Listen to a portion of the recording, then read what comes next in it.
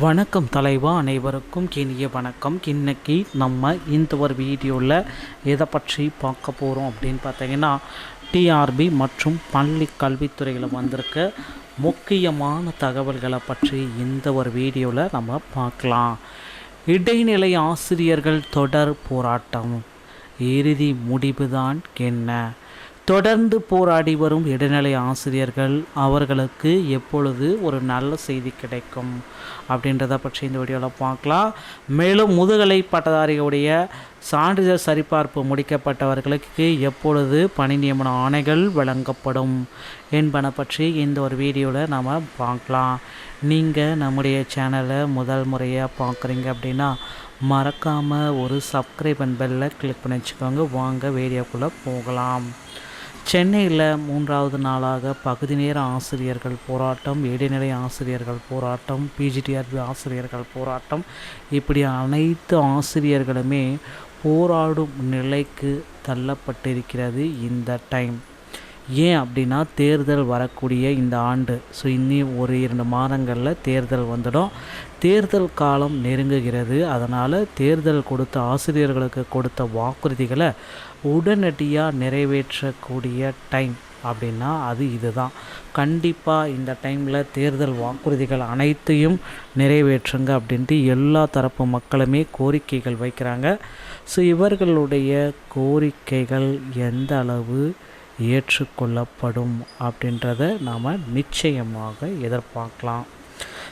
சென்னையில் 3வது நாளாக பகுதி நேர ஆசிரியர்கள் ஒரு பக்கம் போராட்டத்தில் குதிச்சிட்டாங்க. ஏன் அப்படின்றது கேள்விக்குறியாக இருக்குது. சம வேலைக்கு சம ஊதியம் என்ற கோரிக்கையை வலியுறுத்தி இடைநிலை ஆசிரியர்கள் பல ஆண்டுகளாக அவ்வப்போது போராட்டங்களை நடத்திட்டு வராங்க. இது எல்லாருக்குமே தெரிந்த ஒரு விஷயந்தான்.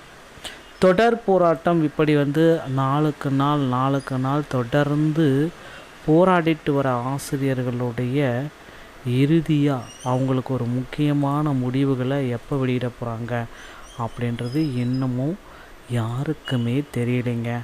இப்படி தொடர்ந்து போராடிட்டு வர ஆசிரியர்களுக்கு ஆசிரியர் தேர்வு வாரியமும் சரி, பள்ளிக்கல்வித்துறை அமைச்சரும் சரி, எந்த முடிவும் இதுவரை வழங்கப்படவில்லை. ஸோ எல்லாருமே எக்ஸ்பெக்ட் பண்ணிகிட்ருக்காங்க எப்பொழுது எங்களுக்கு அந்த ஒரு நல்ல செய்தி கிடைக்கும் அப்படின்ட்டு. ஸோ கண்டிப்பாக ஆசிரியர் தேர்வு வாரியத்தின் சார்பாக ஒரு நல்ல செய்தி கிடைக்கும். இடைநிலை ஆசிரியர்கள் ஒரு பக்கம் 10 நாட்களுக்கும் மேலாக போராடிட்டு வராங்க. அவங்களுக்கும் இன்னும் எந்த விதமான நல்ல செய்தியும் கிடைக்கல. ஸோ இப்படி தொடர்ந்து போராடிட்டு வரும் ஆசிரியர்களுடைய ஒரு நல்ல ஒரு மகிழ்ச்சியான செய்தியை கண்டிப்பாக இன்னும் ஒரு சில தினங்களில் நம்ம ஆசிரியர் பெருமக்களுக்கு கல்வித்துறை சார்பாக வெளியிடுவாங்க அப்படின்றத எதிர்பார்க்க முடியும். அடுத்து ஒரு தகவலாக பார்க்கணும். இதற்கு முன்தினம் நேற்று பணி நிரந்தரம் உள்ளிட்ட பல்வேறு கோரிக்கைகளை வலியுறுத்தி பகுதி நேர ஆசிரியர்கள் சென்னை நுங்கம்பாக்கத்தில் உள்ள டிபிஐ வளாகத்தில் போராட்டத்தில் ஈடுபட்டிருக்காங்க. 2வது நாளாக போராட்டம் மற்றும் நடைபெற்றது. இந்த நிலையில் சென்னை நுங்கம்பாக்கத்தில் உள்ள டிபிஐ வளாகத்தில் பகுதி நேர ஆசிரியர்கள் 3வது நாளாகவும் போராடிட்டுருக்காங்க. இடைநிலை ஆசிரியர்கள் பார்த்திங்கன்னா அங்கங்கே மயங்கி விடுறாங்க. அதுவும் பார்த்திங்கன்னா காட்டிகிட்ருக்காங்க.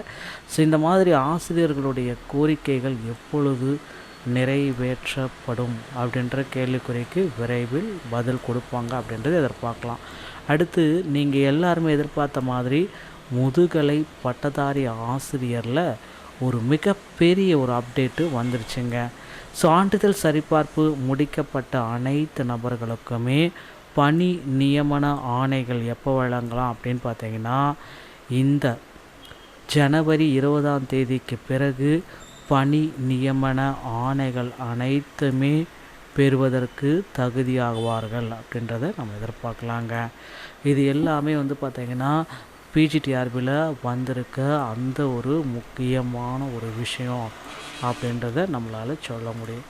டிஆர்பியில் இந்த தகவல்கள் அனைத்துமே உங்களுக்கு ரொம்ப ரொம்ப பயனுள்ளதாக இருக்கும் அப்படின்ட்டு நினைக்கிறேன். இந்த வீடியோ பதிவு உங்களுக்கு பிடிச்சிருந்தால் நீங்கள் நம்முடைய சேனலோடு இணைந்திருங்கள். மீண்டும் ஒரு நல்ல தகவலோடு நான் உங்களை சந்திக்கிறேன். நன்றி, வணக்கம்.